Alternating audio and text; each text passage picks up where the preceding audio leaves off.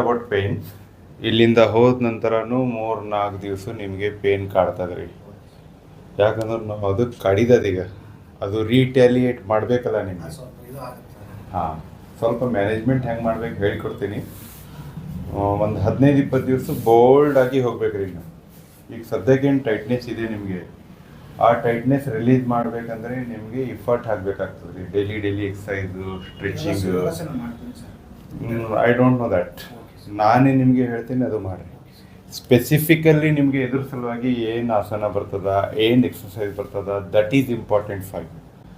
remaining all